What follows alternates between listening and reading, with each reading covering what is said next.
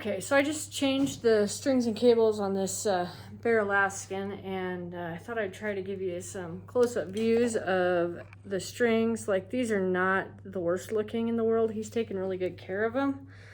The bigger thing is they've been on here for a couple of years, and he's getting some serving separation along where it rolls along the cam. And so it's time. So we're just changed these strings and cables out, and we're gonna go through, I'm gonna do a new tied knock, new D-loop, and get him going. So this is the arrows that he's gonna be shooting. He's shooting his indoor arrows currently.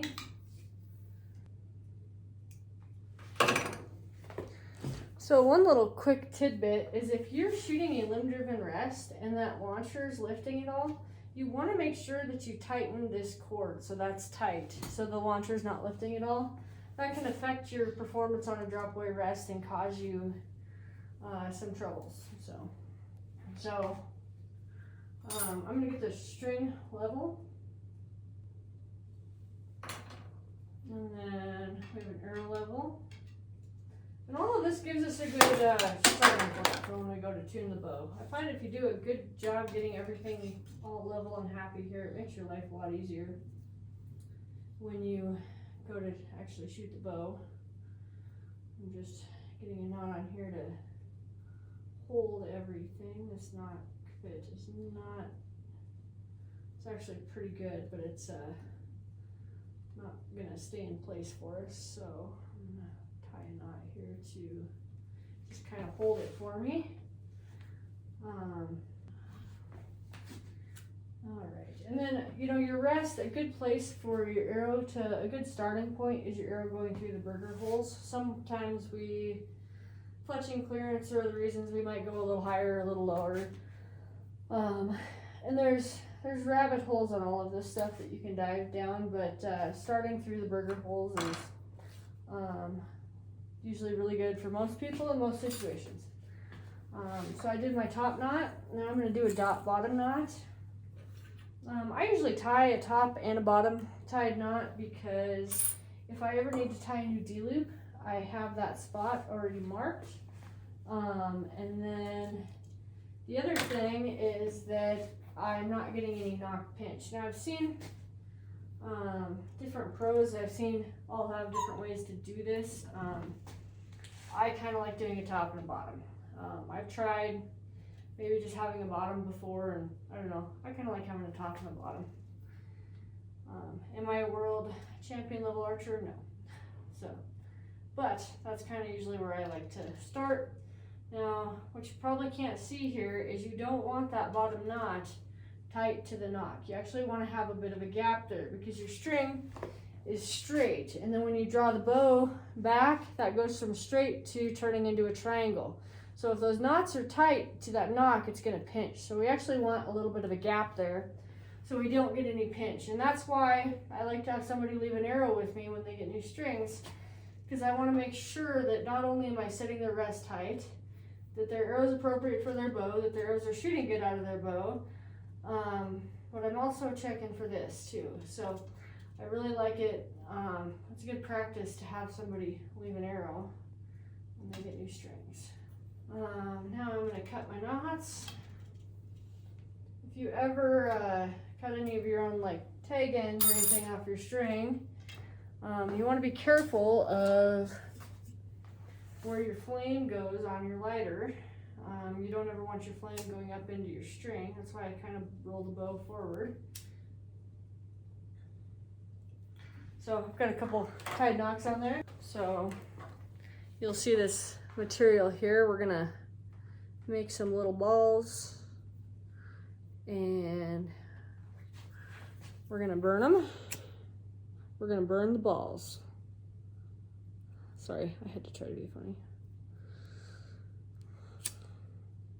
I'm really not funny. That's what my husband says all the time. Not actually funny, but we're trying. All right, so I've got two little balls on the D-loop there. So now I'm gonna tie my D-loop, and actually saw something the other day, somebody tied it completely different. He was a complete pro, and she would catch so much shit if she posted it on any of these forums or anything like that. But I thought it was really interesting how she tied it. But I'm going to tie it just how I always do. Especially shooting a handheld release, I want the D-loop itself to come out on the left side of the string and go in on the right side of the string. And a left-hand shooter is the opposite. I can tell you I'm a left-hand shooter, and I've tied mine the opposite direction on accident, just out of habit, because most people are right-handed. And I've never noticed a difference, but I tie it for a right-hand shooter, left to right. So the idea is, you know, your handheld release, there's a little bit less opportunity to have a lot of twist on that D-loop.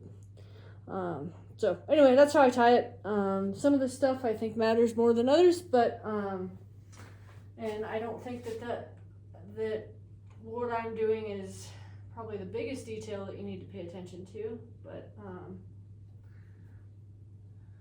main thing, a D-loop is not going to punch you in the face, right? That's why it's got to have burnt balls. Sorry, it's being funny again.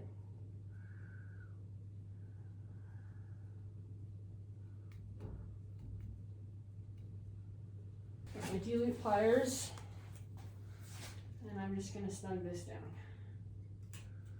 Again, more than one way to do this. Just doing what works well for me. So I've got my rest height set, and now I'm gonna get ready to shoot the bow. In a minute here, I'll put in his peep too. So.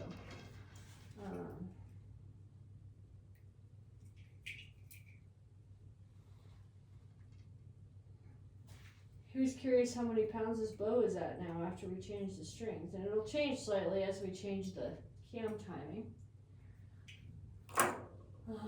We were 57.5 pounds before we changed the strings. Before you draw it back, give it a good little good little visual on how making sure your strings and cables are all routed correctly. It's always good. Never hurts to double, triple, quadruple check everything. One thing, it's easy to get these cables crisscross the wrong direction and have them rub. These are proper, but just something to watch out for.